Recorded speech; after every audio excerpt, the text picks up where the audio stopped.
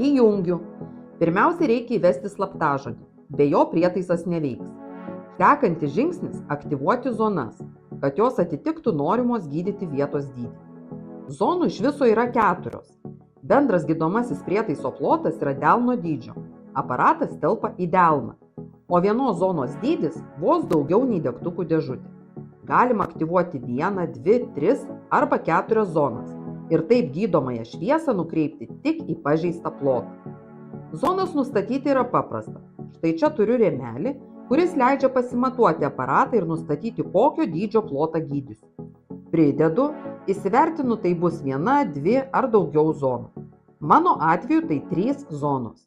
Dabar ant aparato visos zonos yra aktyvios, todėl reikia užgesinti vieną, kuri šiai procedūrai nereikalinga. Sekantis žingsnis – dozės nustatymas. Dermatologai visada gydomąją dozę paskiria džauliais, energijos vienetais. UV taktus procedūros dozę taip pat leidžia nustatyti ir matuoti džauliais, o ne minutėmis kaip senos kartos lempos iš Amazonės.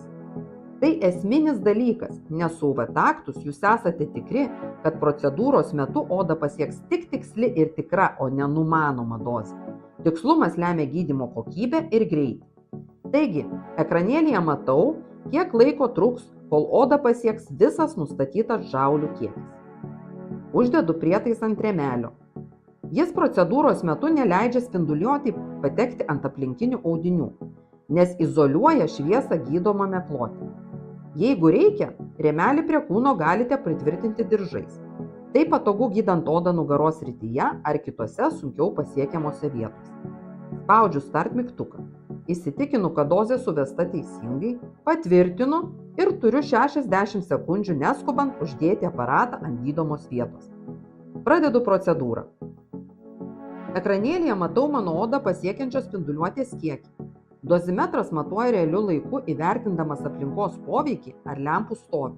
Tai labai svarbu, nes taip esu tikra, kad gaunu tikslę nustatytą dozę ir procedūra yra saugi ir kokybiška. Štai, nepraėjo nei minutė ir procedūra baigta. Pilna 124 mili gydomoji dozė pasiekta. Jokio skausmo.